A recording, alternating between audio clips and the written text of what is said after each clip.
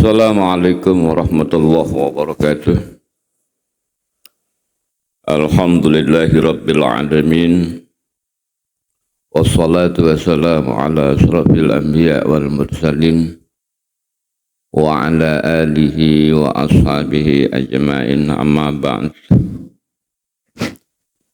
Puji serta rasa syukur marilah kita panjatkan kehadirat Allah Subhanahu wa taala atas limpahan rahmat dan nikmatnya, sehingga pagi hari ini kita bisa berkhidmat dalam keimanan dan keislaman di masjid yang dapat memotivasi kita untuk meningkatkan ketakwaan kita.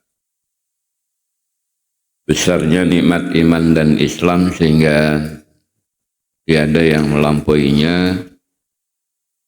Mudah-mudahan dapat kita pertahankan sampai akhir hayat kita, sehingga kita tercatat di sisi Allah sebagai hambanya yang husnul khotimah. Amin ya rabbal alamin.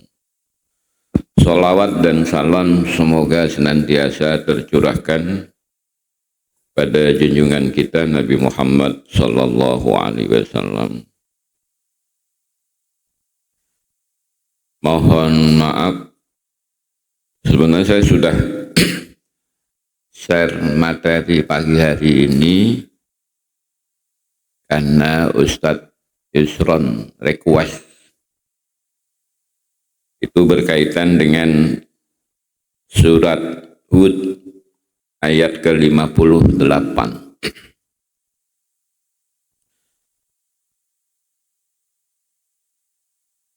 A'udzu billahi minasyaitonir rajim. Bismillahirrahmanirrahim. Qul bi fadlillahi wa bi rahmatihi wa bidzalika falyafrahu huwa khairum mimma yajma'un. Ayat ini terdapat di dalam surat Hud. Kalau yang pegang Al-Quran surat Hud, surat Yunus, salah. Surat Yunus ayat yang ke-58.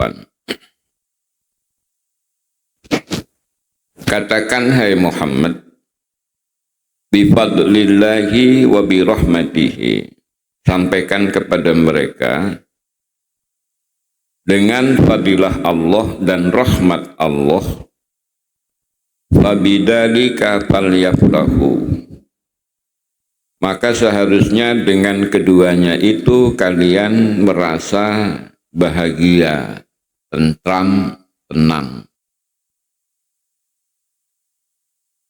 Dan itu huwa khairum mimma yajma'un, dan itu semua lebih baik daripada apa yang kau kumpulkan dalam kehidupan dunia. Ayat ini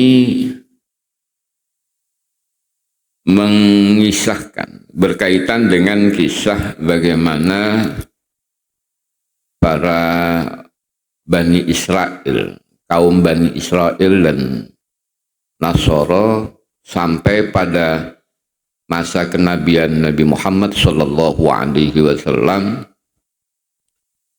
masih menunjukkan hubbur riyasah. Hubbur riyasah itu silau dengan keduniaan, mulai dari harta, dari jabatan, kredibilitas sosial, dan semuanya.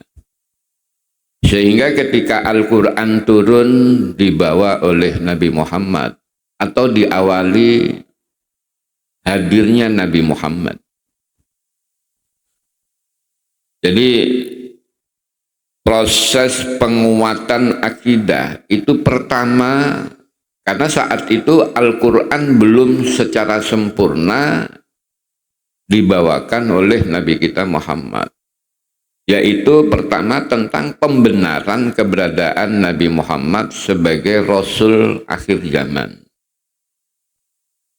Ini semua tertera di dalam kitab Taurat dan Injil. Nah, ketika orang-orang yang merasa masih inten dengan Tauratnya, masih inten dengan Injilnya, ini ketika Nabi Muhammad datang, itu didustai. Artinya ditolak keberadaannya. Sehingga mereka dikatakan oleh Allah termasuk kafirin, orang-orang kafir. Bani Israel bukan hanya menolak kehadiran Rasulullah, tetapi ketika Al-Quran secara bertahap itu diturunkan oleh Allah kepada Nabi Muhammad, walaupun sebagian besar melalui malaikat Jibril alaihissalam, itu selain ditolak tapi juga dirubah.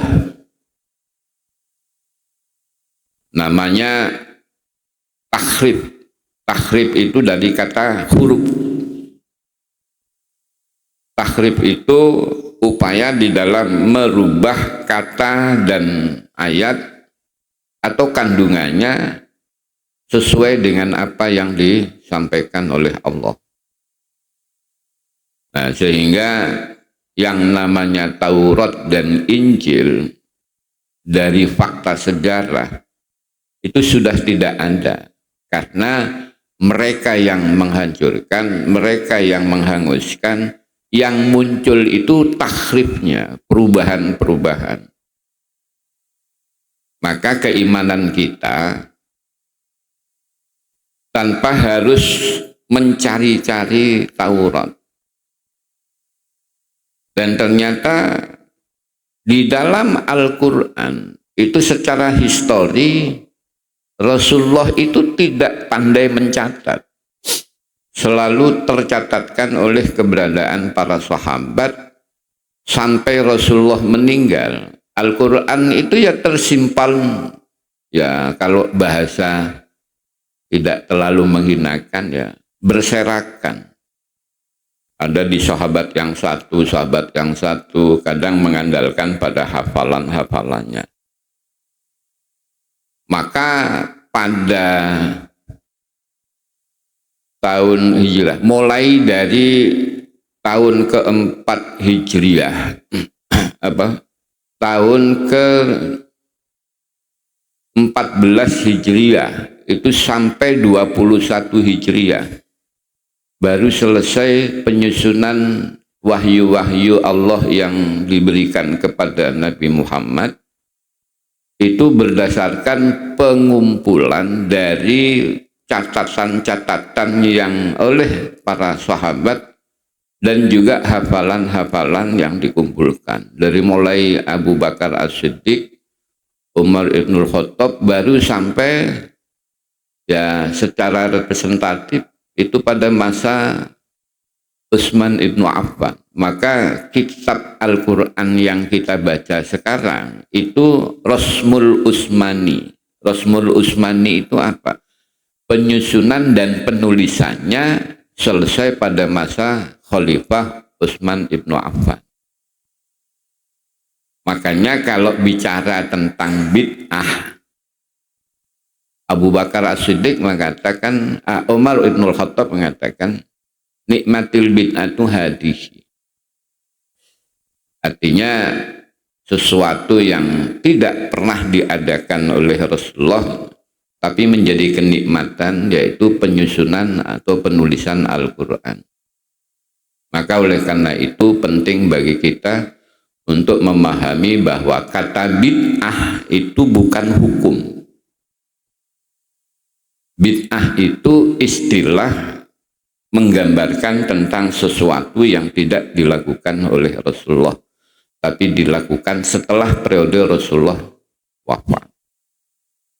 Termasuk penetapan tahun Hijriah itu pada tahun 17 Hijriah, sementara Rasulullah meninggal pada 10 Hijriah, tahun ke-10, karena 10 tahun di Madinah. Maka penetapan tahun Hijriah itu juga bagian dari bid'ah, karena Rasulullah tidak pernah menginspirasi. Nah, ini makanya hukumnya bid'ah. Tidak ada yang namanya hukum bid'ah. Yang ada itu haram, halal, kecilin dikit. Halal, haram, makruh, sunnah. Dalam kaidah fikih ya, bagaimana memahami dalil dan ayat. Dalil itu adalah kalam, ayat itu kauniyah. Itu tidak ada yang namanya hukum bid'ah. Nah, baik, kembali kepada ketika kondisi Bani Israel itu tidak mau meninggalkan kredibilitas sosialnya, sehingga Abdullah bin Ubay bin Salul ketika Rasulullah datang ke Madinah, itu salah satunya Abdullah bin Ubay bin Salul itu takut kalau kredibilitas sosialnya hilang karena datangnya Nabi Muhammad. Sehingga Abdullah bin Ubay bin Salul itu terkenal yang diceritakan oleh Allah di dalam Al-Quran surat Al-Baqarah, wa minan nasi may yaqulu amanna billahi wa bil yaumil akhir wa ma hum bimu'minin. Dia mengaku iman, mengaku Islam, sebenarnya dia kafir. Maka disitulah ada istilah munafik. Rasulullah tidak akan pernah tahu ketika Abdullah bin Ubay mengaku Islam, beriman kepada Allah. Karena diucapkan, padahal bohong. Maka Allah punya kepentingan untuk membeberkan hal itu. Karena Rasulullah secara lahiriah dia nggak mampu mengetahui hati seseorang. Baik. Maka salah satunya adalah turunlah ayat ini. Maka Allah katakan melalui lisan Nabi Muhammad, qul lahum, artinya kalau daftar itu qul lahum, katakan kepada mereka, hai Muhammad, bifadlillahi wa birahmatihi, dengan fadilah Allah dan rahmat Allah, wabidzalika falyafrahu, dan dengan itulah Allah menciptakan kebahagiaan bagi kalian yang seharusnya kalian merasa bahagia, merasa tenang, tentram. Wa khairun mimma yajma'un, dan itu semuanya lebih baik daripada kalian mengumpulkan dunia, mengumpulkan harta benda, mencari kekuasaan, kedudukan, dan lain sebagainya. Artinya seberapapun tingginya kredibilitas kita, tanpa fadilah dan rahmat, itu kita tidak akan pernah tenang dunia akhirat. Kalau ada yang merasa tenang di dunia, belum tentu di akhiratnya tenang. Baik. Imam Jalaluddin As-Suyuti dan Imam Jalaluddin Al-Mahalli di dalam tafsir Al-Jalalain, beliau menafsirkan kul bifadlillah, katakan dengan fadilah Allah. Fadilah itu keutamaan, kelebihan, dan keunggulan. Ai al-Islam. Jadi yang dimaksud dengan kemuliaan, keutamaan, kelebihan, dan keunggulan itu adalah Islam. Kenapa Islam itu dimaknakan sebagai keunggulan? Karena keberadaan kita secara makhlukiyah itu adalah sesuatu yang hina. Maksudnya apa? Kita ini hanya seonggok tanah liat yang kalau bukan karena kekuasaan Allah kita tidak menjadi apa-apa.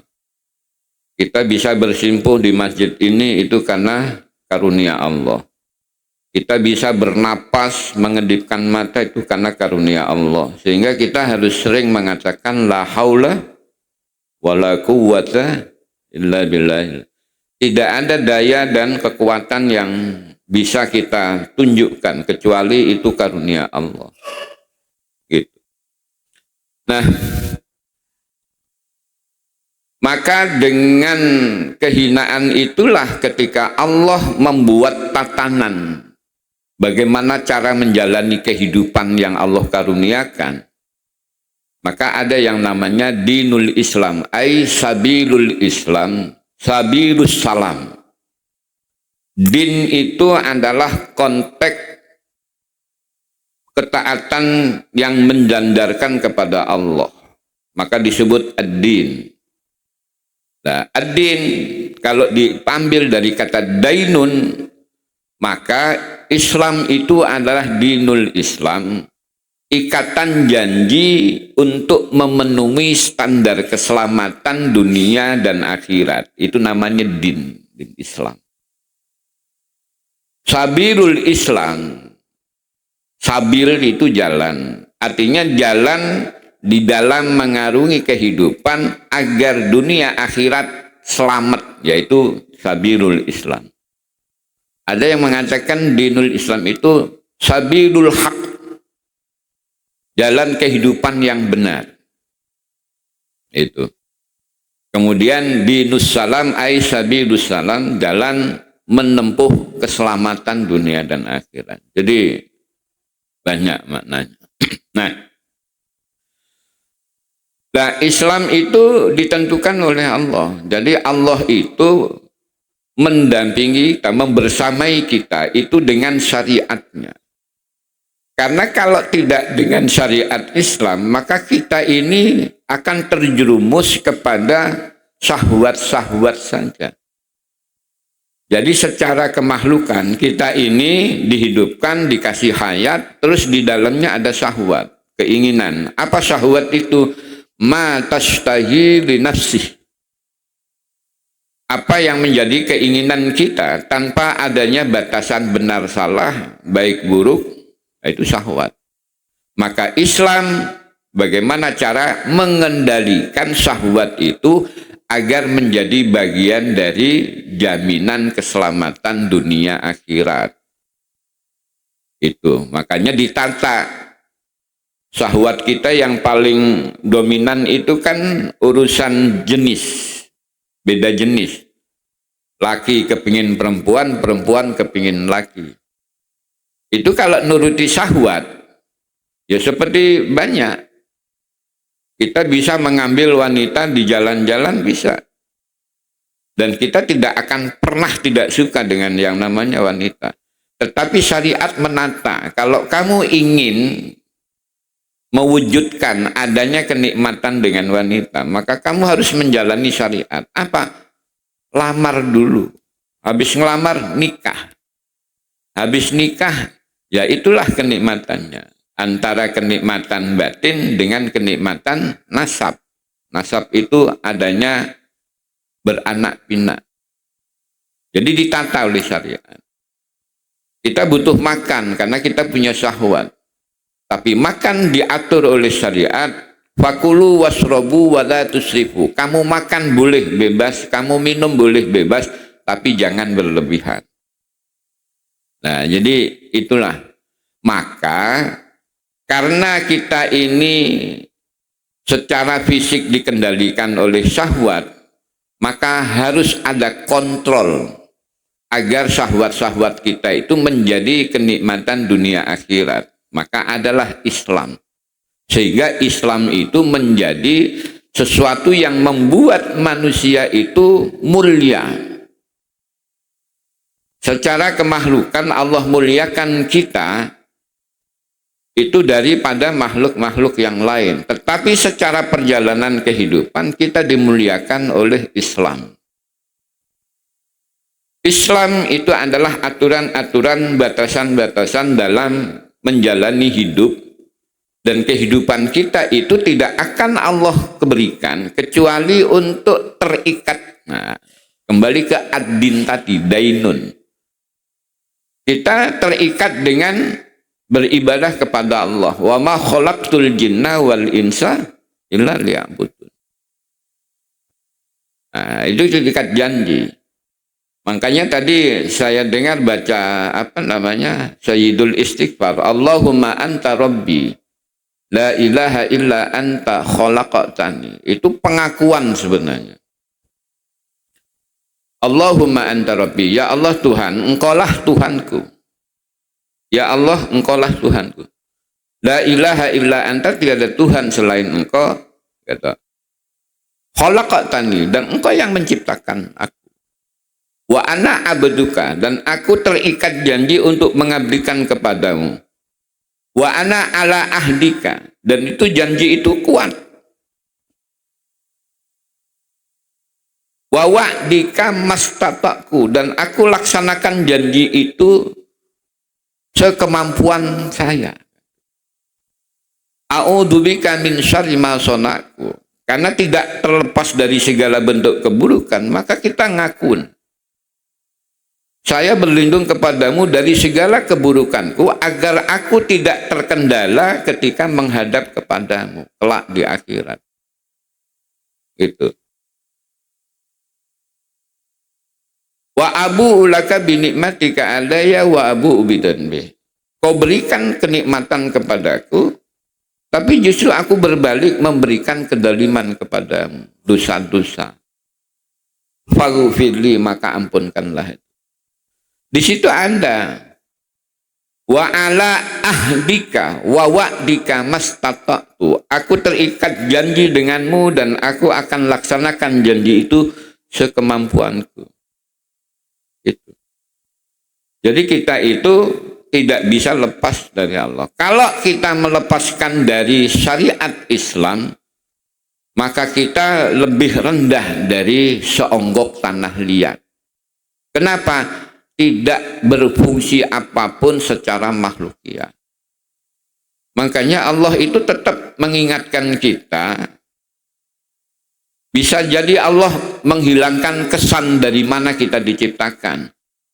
Tetapi Allah itu mengingatkan kita agar kita tahu bahwa kalian itu tidak sekedar ya sekedar seonggok tanah. Makanya ketika Allah berfirman, wa ilqala rabbuka lil malaikati, ketika Allah berfirman berkata kepada para malaikatnya, inni khaliqum basyaran, aku sesungguhnya akan menciptakan manusia secara fisik min solsolin, dari tanah liat, min hamaim masnun, hasil dari fermentasi lumpur yang hitam pekat.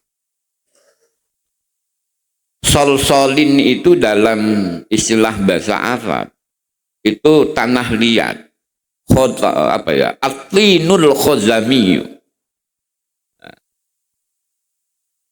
Pernah nggak Bapak masa kecil dulu beli burung-burungan yang ditiup yang dari tanah liat? Ada yang pernah? Nah itu kita dulu kayak itu, min hamaim masnun. Jadi kisahnya itu, dari sekian malaikat termasuk malaikat Jibril diperintahkan oleh Allah untuk mengumpulkan beberapa prototip tanah dari semua di lapisan bumi, di lapisan atas bumi itu dikumpulkan. Gak ada yang sanggup kecuali malaikat Mikail. Setelah dikumpulkan semua tanah itu, maka malaikat Mikail, ya Allah ini sudah saya kumpulkan. Akhirnya diperintahkan oleh, kau kasih air, kau aduk sampai rata. Dan itu dalam kisah Al-Quran. Malaikat Mikail itu ngaduk air dan tanah itu selama 40 tahun. Diaduk nggak pernah berhenti. Malaikat itu nggak pernah bantah. Nggak pernah protes, kecuali udah cukup baru. Yang sering protes itu kan kita. La ya'sunallah ma'amarahum wa yaf'aduna ma yu'marun. Allah menggambarkan malaikat itu kalau diperintah langsung jalan dan nggak pernah bantah. Itu bedanya. Kenapa? Karena nggak punya syahwat. Setelah jadi lumpur yang hitam pekat, maka oleh Allah dibentuk dalam bentuk sudah menjadi tanah liat, itu dibentuk ya kita nggak bisa bayangkan sebesar apalah. Kalau jadinya Adam itu diperkirakan tingginya sekitar 70 kaki. Nggak tahu berapa tingginya. Sejarah. Kisah Israiliyat begitu. Nah, maka setelah jadi tanah liat 40 tahun dikasih hayat oleh Allah, jadi tanah itu bisa bergerak, tapi belum bisa berinteraksi. Maka saat itulah setan-setan itu menghinakan kita. Waktu itu Adam. Nah, masa gini saya suruh ngurmatin. Akhirnya setelah dikasih hayat, wa nafakhtu fihi min ruhi, aku tiupkan ruh ke dalamnya, maka jadilah Adam alaihissalam ditandai dengan apa namanya?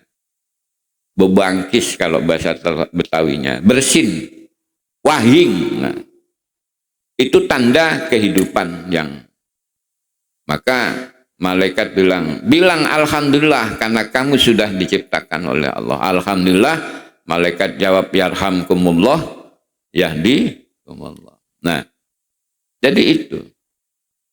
Maka ketika Allah mengatakan begitu, kita ini ya seberapapun performa kita yang saat ini kita ekspresikan di dalam masjid ini, kita hanya seonggok tanah liat.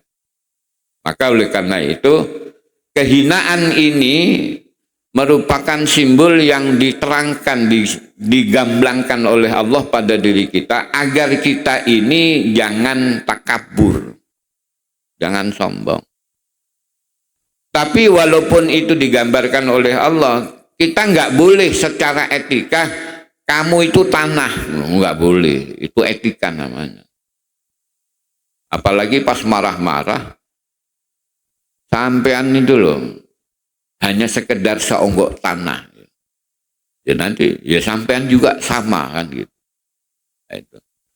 Baik, jadi kembali kepada makna ayat tadi. Imam Jalaluddin As-Suyuti dan Al-Makhali mengatakan yang namanya kemuliaan itu adalah Islam. Wa bi rahmatihi ay al-Qur'an. Dan rahmat Allah itu Al-Qur'an. Jadi antara Islam dan Al-Quran itu menjadi satu kesatuan sebagai panduan di dalam menjalani kehidupan yang normatif. Nah, istilahnya begitu. Normatif secara keimanan. Fabidalika ay al-fadlu war-rahmah. Maksudnya demikian fadilah dan rahmat tadi, falyafrahu huwa khairum mimma yajma'un ay minad dunya bil ya'i wat ta'i. Jadi bima yajma'un bisa dibaca bima tajma'un secara kode etik bahasa Arab. Saya nukil dari tafsir Al-Qurtubi, qauluhu ta'ala kul bifadlillahi wa birahmatihi. Firman Allah Subhanahu wa taala yang dimaksud bifadlillahi wa birahmatihi, qala Abu Sa'id Al-Khudri wa Banu Abbas radhiyallahu anhuma. Berkatalah Abu Sa'id Al-Khudri dan Ibnu Abbas radhiyallahu anhuma, fadlullah ay al-Quran wa rahmatuhu ay al-Islam. Fadilah atau kemuliaan itu adalah Al-Quran, rahmatnya Allah itu adalah Islam. Wa anhuma aidon, dan dari keduanya juga pernah mengatakan fadlullahi al-Quran wa rahmatuhu ay ja'alakum min ahdihi. Keutamaan dan kemuliaan itu adalah Al-Quran, dan rahmat Allah itu bagaimana kita dijadikan oleh Allah sebagai hamba yang terikat dengan janji beribadah. Itu rahmat. Kemudian terakhir, wa'an al-Hasani, maksudnya al-Hasan itu Al-Hasan Ali bin Abdullah Al-Qurtubi, seorang ulama tafsir dari wilayah Cordoba. Kenapa disebut Qurtubi? Karena dari Cordoba. Waddohak, Abdohak bin Ismail, wa Mujahid, dan para mujahid. Para mujahid itu adalah orang-orang yang fokus terhadap keilmuan agama dan kebijakan-kebijakan yang dia tumbuhkan selain yang ada di dalam Al-Quran. Dari pemikirannya mewujudkan pada ijtihad keyakinan. Wa Qatadah, dan Imam Qatadah, fadlullahi al-iman, yang namanya kemuliaan itu adalah iman, wa rahmatuhu al-Quran. Jadi antara iman, Islam, Al-Quran itu adalah sumber kemuliaan kita, sumber rahmat dari Allah. bicara tentang rahmat Allah yang ada semuanya di dalam Al-Quran dan ada di dalam menjalani keislaman. Baik. Rahmat itu apa? Rahmat itu kasih sayang Allah. Artinya rahmat Allah dari awal menciptakan, konsep penciptaan manusia itu bukan untuk keburukan. Jadi Allah itu menciptakan manusia untuk menunjukkan kemuliaan makhluk di mata makhluk yang lain. Yang kedua, untuk membangun kemuliaan di mata Allah secara ikhtiari, yaitu kehidupan. Oleh karena itu, pondasi Islam, al-Islamu at-takriru bit-tauhid ma'at tasdiq wal amalu bi syariatillah. Mentauhidkan Allah dengan penuh pengakuan yang sebenar-benarnya, kemudian menjalani tatanan syariat Allah. Mentauhidkan Allah itu gampang, Pak. Allah Ahad, Allah Satu, Allah Esa. Tapi mengakui ketauhidannya itu yang perlu penguatan-penguatan. Karena satu saat ketika kita dihadapkan oleh fakta dunia, fakta harta-harta di depan kita, ketauhidan kita akan luntur bisa jadi. Maka yang namanya bersyukur itu juga maknanya mentauhidkan Allah.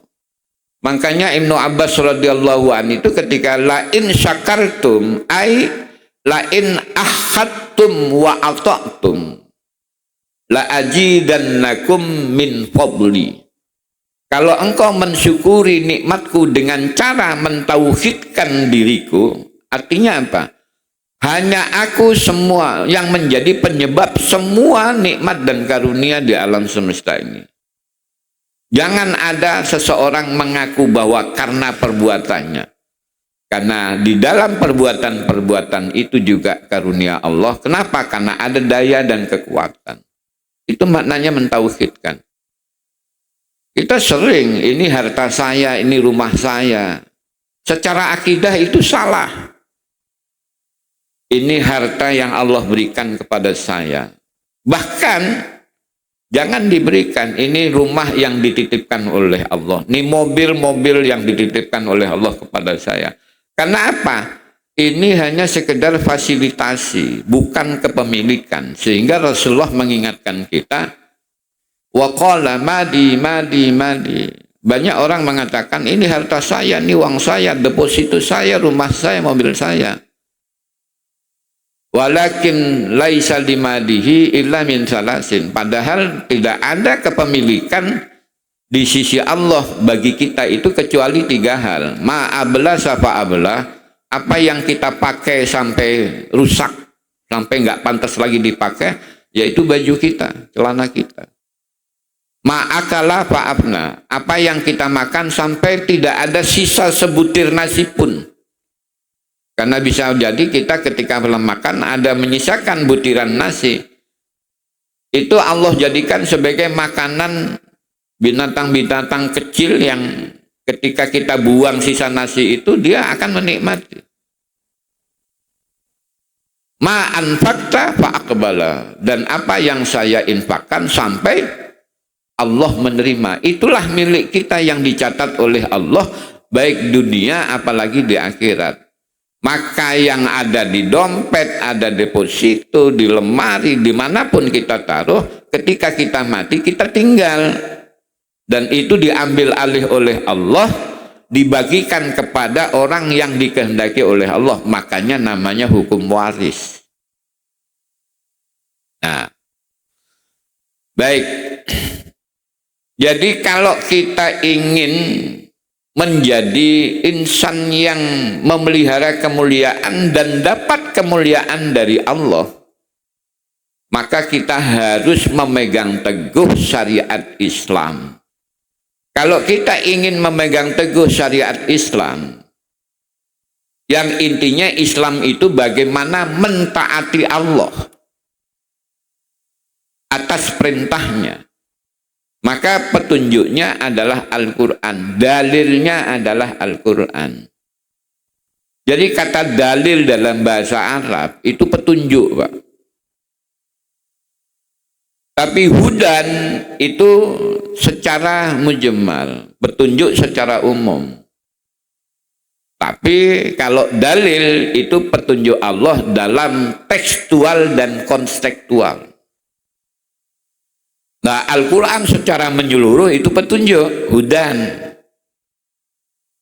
Tapi ayat-ayat Al-Quran adalah dalil, petunjuk untuk bisa menjalani secara rinci ibadah kita dalam Islam. Nah, maka seberapa kemuliaan yang Allah berikan kepada kita, itu seberapa taat kita dalam keislaman dan seberapa paham kita terhadap Al-Quran. Kadang kita masih dalam tahap membaca, belum memahami. Membaca saja kadang-kadang belum fasih, belum pas. Terus kita menyatakan bahwa sudah dalam kesempurnaan. Tidak. Kenapa Rasulullah itu mengajarkan dan mewasiatkan sayyidul istighfar itu sebagai bentuk penguatan dan pengakuan? Karena pada intinya dalam Islam itu adalah mengaku bahwa kita ini rendah, hina di mata Allah, mengaku bahwa kita itu selalu bergelimang dengan dosa akibat kedoliman kita. Ini tanda selesai apa nih? Udah jamnya ya. Nah, baik. Jadi itu intinya. Maka seberapa kemuliaan kita yang dicatat oleh Allah dalam perjalanan dunia menuju akhirat, itu ya seberapa kita menjalani keislaman kita. Karena Islam itu mencakup dua hal. Ada yang fardu, ada yang sunnah. Fardu itu targetnya adalah keselamatan. Sementara yang sunnah itu bisa wan naflu itu nafilah, mausulatun bid-darajat, wal fardu wal faro itu sesuatu yang wajib mausulatun bin najah, gitu kalau istilah Arab itu. Kegiatan fardu kita ini targetnya terselamatkan di mata Allah. Karena kalau kita sholat, Allah jamin. Tapi kalau kita nggak sholat, Allah ancam, awas. Gitu. Kalau kita sholat aman, Allah nggak ngancam. Tapi keberadaan kita di akhirat itu tergantung seberapa banyak kesunahan kita. Kenapa adanya sunnah? Karena dalam ibadah perlu etika, akhlak. Makanya ketika Rasulullah ditanya, su'ila Rasulullah sallallahu alaihi wasallam an aksi ma yudkhilun nasal jannah. Rasulullah ditanya para sahabat, ya Rasulullah, apa sih yang banyak menyebabkan manusia masuk surga? Qala Rasulullah sallallahu alaihi wasallam, taqwallah wa husnul khuluq. Ketakwaan kepada Allah dan baiknya akhlak. Baiknya akhlak itu ada akhlak dalam ibadah, ada akhlak di luar ibadah. Akhlak dalam ibadah, ketika Bapak takbiratul ihram dalam sholat, yang wajib takbiratul ihramnya apa? Mengangkat tangan. Selama ini yang Bapak ketahui, yang wajib itu Allahu Akbar, itu wajib karena itu jadi rukun. Ngangkat tangan itu sunnah. Dan ngangkat tangan itu adalah etika. Kalau kita mengucap Allahu Akbar, kita harus mengekspresikan menggunakan anggota tubuh kita sinkronisasi dengan apa yang kita ucapkan. Maka membuka tangan dengan diangkat itu sebagai bentuk pemahaman, penghayatan bahwa saya berhadapan dengan Allah. Apakah ketika kita takbiratul ihram selalu hati kita nyambung dengan kegerakan kita? Wallahu a'lam. Kadang-kadang ketika Allahu Akbar, pikiran kita di mana-mana. Masih di rumah, tapi tetap gitu. Lah ini etika. Kalau Allah nanya, apa bukti kamu mengatakan aku adalah zat yang maha besar? Saya menghadapkan diriku kepada Allah. Dan ini sebagai bentuk pemahaman istiqbalul kiblah, menghadapkan diri kita kepada zat yang ahli wujud, yaitu Allah Subhanahu wa ta'ala. Kiblah itu Allah, simbol kiblah itu Ka'bah. Bapak setelah salam at-tahiyat, assalamualaikum warahmatullahi wabarakatuh, assalamualaikum warahmatullahi. Yang wajib itu salam pertama, salam kedua, atau dua-duanya? Pertama, yang kedua sunnah. Berarti kalau setelah assalamualaikum warahmatullahi langsung berdiri, sah nggak sholatnya? Sah. Kenapa harus nunggu yang kedua? Karena etika, akhlak. Imam setelah sholat, ada yang tetap ngadep ke barat, ada yang ngadep ke utara, ada yang ngadepin jamaah. Pernah tahu nggak? Ada ya? Nah, itu kenapa itu? Setahu Bapak, apa alasannya? Ada yang tahu? Ya, ittiba Rasul, ngikutin Rasul. Karena Rasul pernah ngadep ke utara. Inspirasinya apa? Jadi mantatin orang itu sopan nggak, Pak? Orang duduk terus dipantatin, sopan nggak? Hah? Nggak sopan. Tapi di dalam sholat jamaah, imam mantatin makmum, makmum yang lain mantatin yang belakang, itu wajib. Tapi setelah di luar sholat, itu bukan perilaku yang baik. Maka kesan yang dilakukan oleh Rasulullah, inspirasinya itu menumbuhkan akhlak baik supaya tidak terkesan mantatin di luar sholat. Alasan akhlaknya begitu. Kalau ketika hadis yang menceritakan Rasulullah pas ngadep ngelihat ada mata kaki yang belum terbasahi ketika wudhu, itu kebetulan.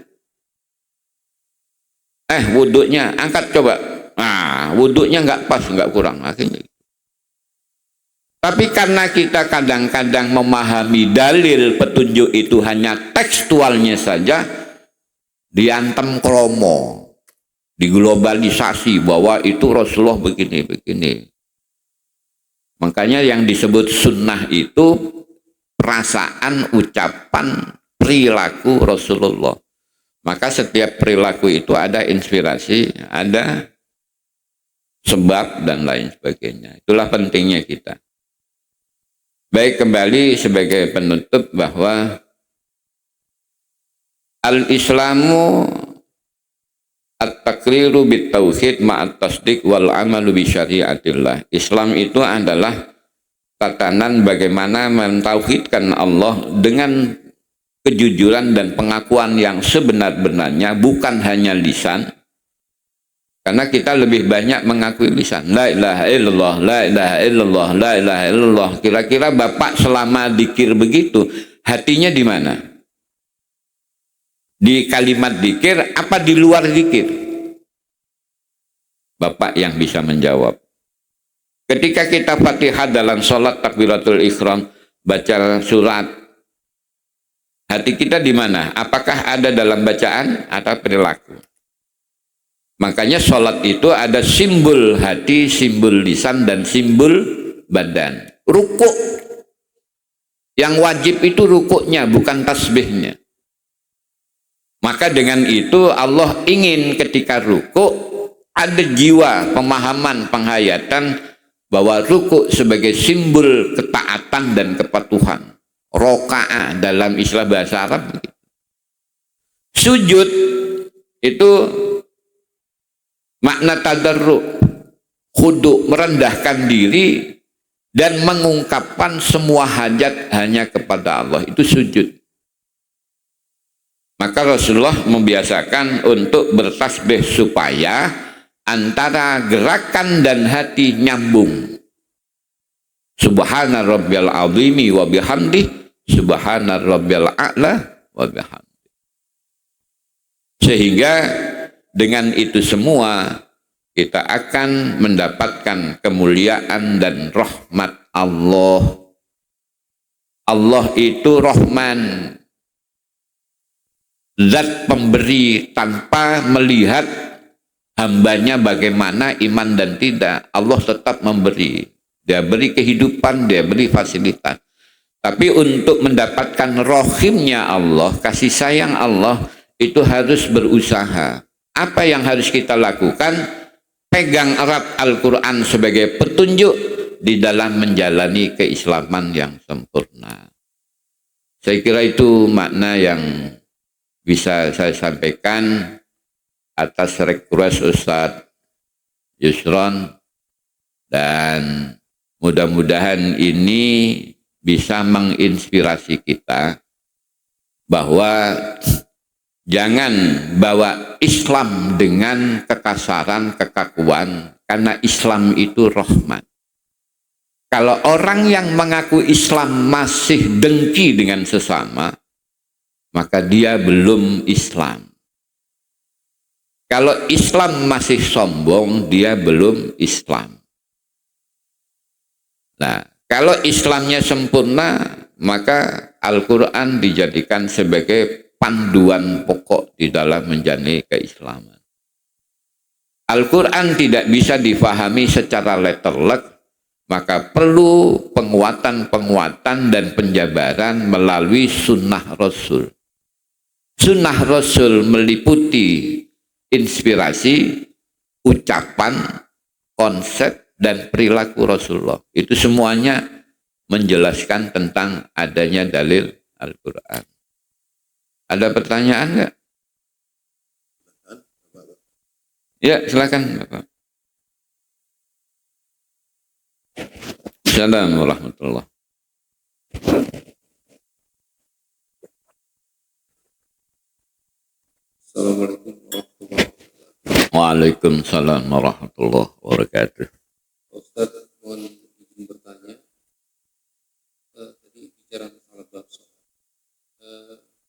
Saya pernah baca hadis bahwa kalau orang yang sholat, kita lebih baik menunggu daripada melintasinya. Jadi kalau kita ada orang yang sholat, terus ada orang yang jalan gitu. Kita kan sebenarnya Rasulullah bilang lebih baik menunggu 40 tahun daripada ngelewatin orang yang sholat. Iya. Nah, saya mau izin bertanya Ustaz, karena kadang-kadang kan kalau kita selesai sholat nih di masjid ini ataupun di mana saja, biasanya ada orang yang sholat di belakang pintu gitu. Jadi kalau mau nggak mau kan kalau kita mau lewatin pintu tersebut akan melangkahi orang yang sholat gitu. Ya. Nah, ini gimana Pak Ustaz? Karena beberapa kali kita udah tarawih Isya, tapi masih aja ada yang sholat di belakang pintu, sehingga otomatis dia sholat akan dilewati oleh orang-orang. Nah, jadi mohon Pak Ustaz, jadi hukum dengan apakah kita tetap menunggu sampai selesai, sementara kita nggak ada namanya atau bangku atau untuk menghalangi, atau bagaimana hukumnya yang orang sholat itu? Jadi kita bingung nih, jadi apa kita nunggu atau kita ingetin, karena balik jadi kelamaan kalau kita nunggu, karena kalau saya lihat rata-rata yang sholat tuh belakang itu banyak banget, jadi kita nggak bisa ngelewatin ya Ustaz. Terima kasih Ustaz. Ya.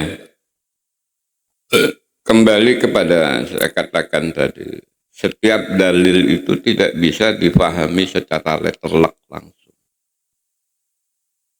Jadi sekarang bayangin kalau nunggu 40 tahun, emang hidup berapa lama? Artinya secara aplikasi itu tidak mungkin. Tetapi Rasulullah ingin menggambarkan tentang pentingnya menghormati sholat. Dan ini perilaku akhlak, bukan yang berkaitan haram halal. Maka tadi itu, kita harus bisa membedakan dalam pemahaman dalil-dalil itu, mana yang wajib, mana yang sunnah. Kalau yang sunnah itu etika. Jadi kalau nggak dilakukan nggak apa-apa. Dalam kondisi tertentu, ngelewatin di depan sholat karena nggak ada jalan lain, kita ngejar jamaah, ya nggak apa-apa. Ini etika. Hukumnya apa? Ya hukumnya antara nggak apa-apa dan etika. Sunnah itu dapat pahala. Kalau kita langgar, ya nggak apa-apa, nggak dimarahin sama Allah, itu sunnah. Nah, maka difahami secara letak. Setiap ulama fikih ini amrnya amr nadub, amr wajib. Itu ada. Misalnya begini, ini kayak Al-Quran. Ini Al-Quran. Nah, ini kurban, masalah kurban. Faida wajabat junubuha fakulu minha. Apabila sudah sempurna kematiannya, maka fakulu minha. Kalau dipahami letelek, mati langsung dimakan, kan nggak mungkin. Dirapiin dulu, dikulitin, diiris-iris daging, jangan mentah, diolah dulu baru dimakan. Kan artinya ada proses, ada prosedur dalam syariat itu. Nah, berkaitan dengan fakulu minha, faknya fak amar. Tapi kalau kita nggak memahami tentang kaidah, maka itu wajib dimakan. Hewan kurban itu yang berkorban wajib makan. Tapi para ulama mengatakan memahami itu dari kolerasi dari ayat dan ayat, hadis dan lain sebagainya. Akhirnya, oh ini perintahnya sunnah, bukan perintah wajib. Maka di dalam pembahasan dalil ada yang namanya korinah. Korinah itu apa? Perbandingan. Jadi kalau ada dalil jangan langsung letterlek, belum tentu seperti itu. Al-Quran sendiri ada yang qot'i, ada yang donni, ada yang muhkamat, ada ghairu muhkamat. Nah itu penting. Maka berkaitan dengan tadi itu, lewat di depan itu, menghormatilah. Kenapa perlu dihormati orang sholat? Dia itu sedang berhalwat dengan Allah. Andai kata, ini mohon maaf, andai kata Allah sedang melihat orang yang sholat, terus orang yang sholat melihat Allah seakan-akan, terus kita lewat, atau bapak lagi sholat, bener, terus lewat, keganggu enggak? Pasti keganggu. Itu bagi orang yang memandang orang yang sholat. Lah kalau orang yang sholat, kamu sholat udah tujukan kepada Allah, mau kucing kayak mau truk lewat, nggak usah merasa terganggu. Itu bagi yang sholat. Jadi tempatkan masing-masing pada posisi masing-masing. Kalau ada pemberitaan Umar ibn al-Khattab atau Ali bin Abi Thalib, itu sampai mengasih tanda pedangnya ditaruh depan. Saat itu Abi Thalib itu sebagai, ada 3 dalam hadis itu ya, dalam riwayat itu. Pertama, Ali bin Abi Thalib itu selalu waspada. Karena yang namanya sholat khauf, itu senjata harus dibalut di depan. Kalau ada musuh kita lagi sholat, boleh nebas. 1. Yang kedua, ini sebagai bentuk pengamanan. Nah, yang ketiga, ada yang memaknakan ini sebagai warning. Lu jangan lewat depan gua tebas. Nah gitu, Pak. Itu sebagian ulama itu. Lah tinggal mana yang memahami itu. Gitu. Jadi intinya adalah, kalau kita memahami, awas lewat depan saya sholat, saya bacok. Kira-kira kalau jadi lewat terus dibacok, sholatnya batal nggak? Artinya sesuatu tidak harus dimaknakan. Maka ada yang namanya ilmu fikih. Kita sering kembali ke Al-Quran, kembali ke hadis. Iya, tapi memahami juga harus dengan ilmu fikih. Ilmu fikih itu apa sih? Ilmu memahami dalil atau petunjuk. Ini arahnya kemana? Ini kepada hukum wajib halal, haram halal, sunnah makruh, atau ini hanya ihsannya aja begitu. Nah, sekarang khusyuk itu wajib nggak, Pak? Sholat khusyuk. Kok nggak ada yang berani jawab? Sholat khusyuk, artinya khusyuk dalam sholat, wajib nggak? Ayun terang, nggak apa-apa. Wajib. Bapak khusyuk nggak setiap sholat? Kalau nggak khusyuk, batal. Karena wajib. Nah, khusyuk itu ikhtiari, bukan target capaian. Kalau target capaian, sholat kita nggak ada yang khusyuk, Pak. Saya waduh, susah khusyuk. Kalau bapak-bapak mungkin khusyuk semua. Maka ini begitu. Sholat itu wajib khusyuk. Kalau ungkapan wajib itu secara muhkamat, artinya hukum, sholat kita batal semua. Karena sholat khusyuk. Maka khusyuk dalam sholat itu adalah tuntutan ikhtiari. Artinya apa? Kalau nggak khusyuk, ya sudah ngadu, ya Allah, saya sholat tadi kemana-mana pikiran saya. Tapi tolong terima ya Allah, terima. Terus Allah jawab, oh nggak bisa, karena khusyuk wajib, sholatnya batal semua. Terus gimana? Makanya Rasulullah, ya muqallibal qulub, sabbit qalbi. Kenapa? Rasulullah itu sadar kita ini sangat rentan. Maka Rasulullah titip, ya Allah, seburuk apapun sholatku, tolong terima. Udah pokoknya ini juga alhamdulillah saya bisa sholat. Gitu. Makanya sholat dipandang dari keislaman itu adalah rahmat, kasih sayang Allah, nikmat, karunia. Banyak orang Islam yang nggak sholat tuh banyak, Pak. Tapi bisa sholat itu alhamdulillah. Makanya sholat mau baik, mau khusyuk, mau enggak, udah minta aja sama ya Allah. Pokoknya saya pinginnya diterima aja. Tapi karena Allah itu senang digituin. Kayak gitu. Makanya jangan lupa habis sholat. Gitu. Nah, jadi itu kan terkait juga sama dengan habis sholat. Sepakat enggak?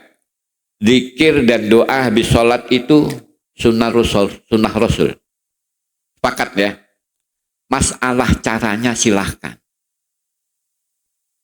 Mau pelan, mau keras, silahkan. Terus umpamanya saya di baris pertama di depan imam. Depan imam nggak boleh. Di belakang imam. Assalamualaikum, assalamualaikum. Terus saya berdiri. Sopan nggak, Pak? Niatnya apa? Kenapa berdiri duluan? Nah, disinilah yang namanya etika itu innamal a'malu binniyat. Kalau dia hanya ingin menunjukkan saya nggak suka dzikir, maka dia meninggalkan dua. Satu, meninggalkan dzikir sunatullah. Yang kedua, meninggalkan akhlak. Tapi kalau ditanya, dzikir sholat sunnah nggak? Dzikir ba'da sholat sunnah. Kenapa nggak dilakukan? Karena saya begini, ini sebenarnya kalau kita sadari, itu hanya ingin menunjukkan bahwa kita berbeda.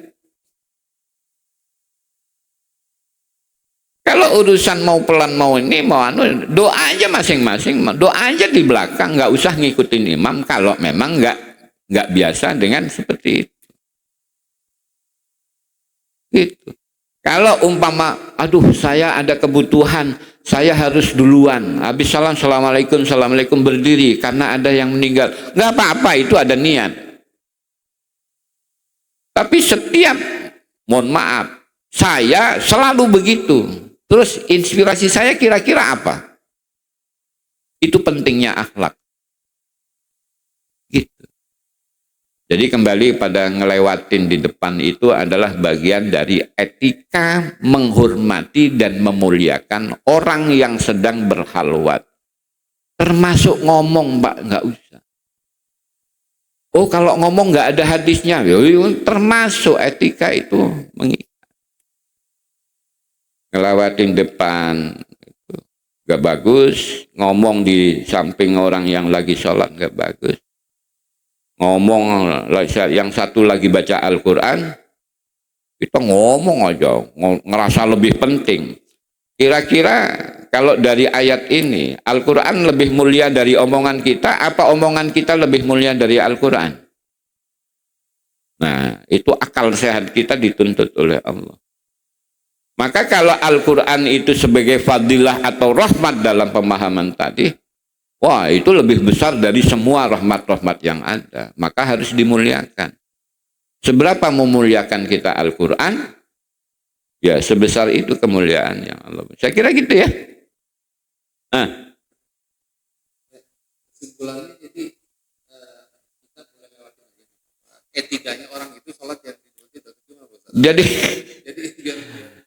etika itu mana yang paling baik, tapi dalam kondisi tertentu jangan lantas ngelewatin itu haram. Paham? Ini etika, bukan hukum halal dan haramnya, pantas dan tidaknya. Makanya Rasulullah sering menggunakan tamsiliyat. Tamsiliyat itu ukuran yang nggak masuk akal. Lebih baik nunggu 40 tahun daripada ngelewatin orang di depan, melewatin orang yang lagi sholat. Ya, kalau nunggu 40 tahun sholatnya nggak sholat dong. Artinya jadi nggak apa-apa dalam kondisi tertentu, nggak apa-apa. Misalnya begini, sholat Jumat, gitu kan. Seperti orang stop di depan dia batal, ngelewatin orang sholat, ya nggak apa-apa, minta. Itu enggak apa-apa. Atau lewat jalur yang paling pinggir enggak apa-apa. Karena itu etika. Gitu loh. Kalau kita difahami setelah etika, ya jangan lewat lah. Terus kalau nunggu, ya sudah jangan. Terus kalau orang sholat di belakang pintu, apa terus kita tegur, Pak, jangan di belakang pintu, sana pindah. Boleh enggak? Etika. Nah, makanya. Jadi kembali kepada etika. Nggak apa-apa. Ada yang sholat. Lewat aja. Oke. Masih belum pas. Monggo mawon dipas-pasin. Oh ya, silakan. Ntar dulu. Ya, sekedar itu yang bisa saya jawab.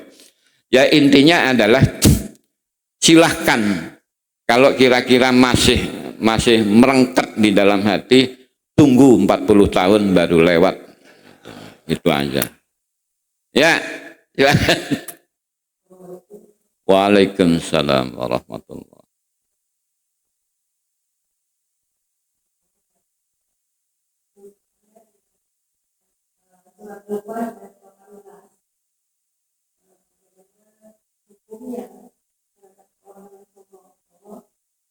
Tidak menyukai orang-orang yang sombong. Mohon dijelaskan, Ustaz, apakah ketidaksukaan Allah terhadap orang-orang yang sombong itu diperlihatkan ketika kita masih hidup atau nanti pada saat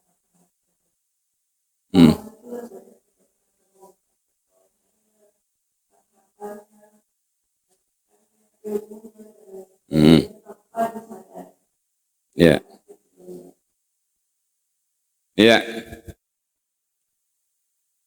Berbicara sombong itu Allah pernah mengungkapkan begini dalam firman-Nya, lahum fid dunya khizyun walahum fil akhirati adzabun syadid. Di dunia dia dihinakan, di akhirat diadab dengan adab yang sangat. Pertama, dihinakan di dunia. Allah itu menghinakan melalui otoritas Allah dan para malaikatnya. Kalau Allah menghinakan, malaikat menghinakan, itu kan nggak pernah kita dengar bagaimana bentuknya malaikat menghinakan kita. Tetapi berdasarkan hadis Rasulullah dan bahkan hadis qudsi, Allah itu pernah bilang gini, saya kalau suka sama seseorang, maka saya panggil malaikat Jibril. Jibril, saya lagi suka itu sama orang itu. Kamu harus suka ya, karena saya suka. Maka selanjutnya Jibril manggil malaikat yang sepenuh langit. Memang malaikat ada di langit semua. Nah, malaikat ada di langit semua. Ini sebagai simbol. Ada malaikat yang ada di bumi, ada. Yang nyatetin amal kita, ada. Berarti dia di bumi beserta kita. Artinya bahwa konotasi malaikat itu ya begitulah, di alam yang luas tanpa batas dan tidak dibatasi oleh ruang waktu. Nah, ini dalil-dalil kan begitu harus kita paham. Nah, itu Allah berfirman dalam sebuah diskusi. Akhirnya malaikat Jibril sini malaikat kumpul gitu. Itu Allah suka sama si A. Karena Allah suka, saya harus suka. Maka karena saya suka, kalian semua harus suka. Begitu sebaliknya, kalau saya benci dengan seseorang, aku panggil Jibril. Nah, di dalam hadis yang lain, penghinaan Allah di dalam kehidupan dunia itu melalui penghinaan alam. Alam meliputi ya alam secara umum dan juga mencakup penghinaan seseorang kepada seseorang. Tapi dalam konteks keislaman, menghina seseorang itu Allah benci. Tapi kehinaan itu ada. Nah itulah. Menghina seseorang itu nggak boleh dalam Islam. Seberapapun hinanya orang itu. Tapi nyatanya kehinaan itu muncul dalam kehidupan kita. Nah, itu orang yang sombong. Orang yang sombong itu apa? Yang tidak pernah mentauhidkan Allah atas apa yang ada pada dirinya. Atas apa ada yang pada dirinya itu menganggap bahwa ini adalah karena dirinya, bukan karena Allah. Makanya pentingnya kita mentauhidkan Allah itu menyandarkan semuanya kepada Allah. Kalau kita nggak bisa begitu, itu sudah dimaknakan nyombong, takabur. Yang kedua, kehinaan di akhirat. Kehinaan di akhirat itu, ya semua dosa itu kan diazab sama Allah. Tinggal nanti ketika kita ditimbang, penimbangan amal itu, wa amma man saqulat mawazinuhu fa huwa fi 'aisyatir radiyah wa amma man khaffat mawazinuhu fa ummuhu hawiyah. Jadi kalau pertanyaannya bentuk kebencian Allah atas kesombongan hambanya itu bisa di dunia, bisa di akhirat. Yang pasti di akhirat pasti. Gitu. Itu kan? Ibu ya. Jadi kita itu tidak akan pernah berhasil menjalani atau menegakkan perintah Allah kalau kita di dalam menjalani ibadah tidak menumbuhkan sifat muraqabah. Muraqabah itu apa? Mengawasi diri kita, mengawasi hati, mengawasi pikiran, mengawasi tubuh kita. Di dalam sholat itu syarat ada sesuatu yang kita disuruh muwafaqah. Muwafaqah itu berkesesuaian. Satu contoh di tahiyat. Asyhadu an la ilaha illallah. Bapak biasanya dengan asyhadu an la ilaha illallah itu ditandai dengan apa? Hah? Dengan telunjuk. Di tahiyat. Biasanya tahiyat gimana Bapak? Asyhadu an la ilaha illallah wa asyhadu anna Muhammadar Rasulullah. Telunjuk itu hukumnya apa?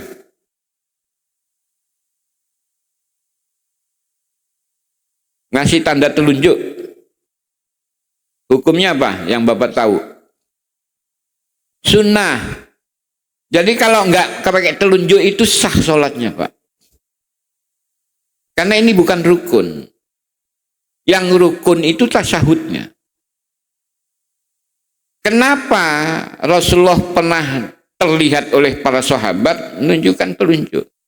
Ini adalah upaya bagaimana mengkolerasikan antara ruas-ruas tubuh kita, lisan dan hati. Faktanya, apakah semua ucapan dalam sholat itu hati kita selalu membersamai? Kira-kira menurut Bapak selalu? Enggak. Ingat ini, waduh ini imam mana bacaannya panjang benar, wah telat saya itu, macam-macam. Nah, keberhasilan kita di dalam sholat yang kita bilang khusyuk itu adalah adanya kolerasi antara pikiran, ucapan dan tubuh. Itu disebut dengan muraqabah. Maka ya kita buktikanlah. Alhamdulillahi Rabbil Alamin Ar-Rahmanir Rahim Maliki Yaumiddin.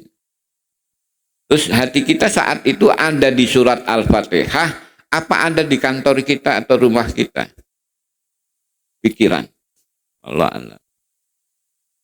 Wa nunazzilu minal Qur'ani ma huwa shifaa'un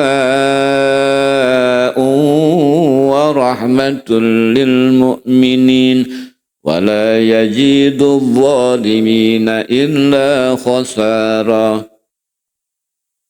Hati kita ada di mana? Apalagi yang nggak tahu artinya, udah itu biasanya gampang banget nyeplos kemana gitu pikiran kita. Nah, ini itu satu contoh disebut sholat yang muwafaqah. Muwafaqah itu sering ya Allah berikan taufik. Nah, maksudnya taufik muwafaqah itu berkesesuaian. Apa yang kita inginkan Allah berikan sesuatu yang kita inginkan. Nah, muwafaqah dalam ibadah itu adalah kolerasi antara lisan, pikiran, hati dan perbuatannya dan tubuh kita. Nah, maka kadang-kadang kita hatinya kemana, lisannya kemana, tubuhnya sering kita sholat karena fisik. Contohnya sholat fisik itu kalau imam kepanjangan baca Al-Qur'annya capek. Aduh, lama ini, telat.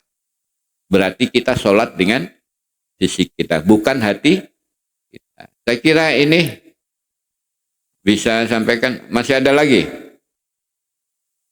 Cukup? Baik.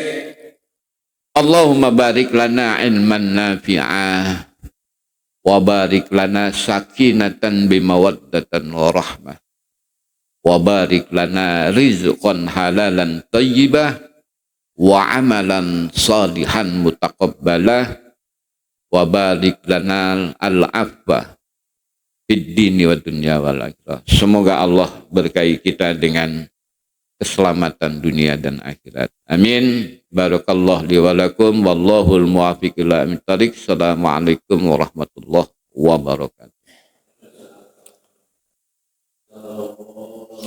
La